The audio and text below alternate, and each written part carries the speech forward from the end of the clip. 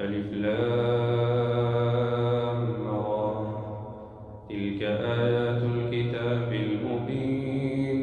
إنا أنزلناه قرآنا عربيا لعلكم تعقلون.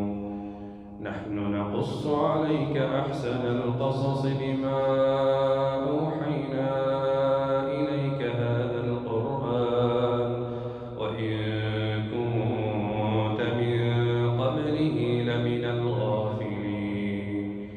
إذ قال يوسف لأبيه يا أبت إني رأيت 11 كوكبا والشمس والقمر رأيتهم لي ساجدين.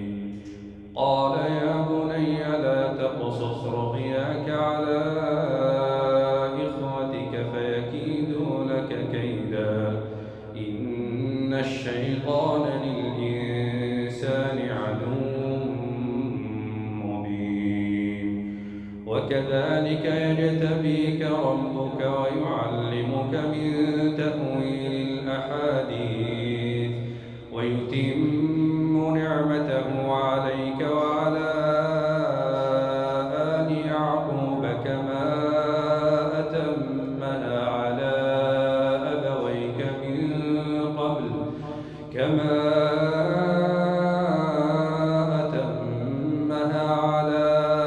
أبويك من قبل إبراهيم وإسحاق إن ربك عليم حكيم.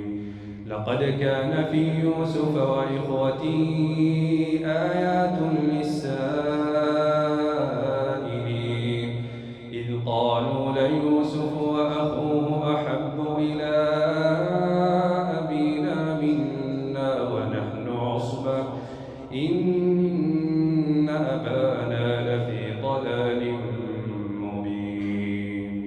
اقتلوا يوسف أو اطرحوه أرضا يخل لكم وجه أبيكم وتكونوا من بعده قوما صالحين. قال قائل منهم لا تقتلوا يوسف وألقوه في غيابة الجب يلتقطه بعض السيارة إن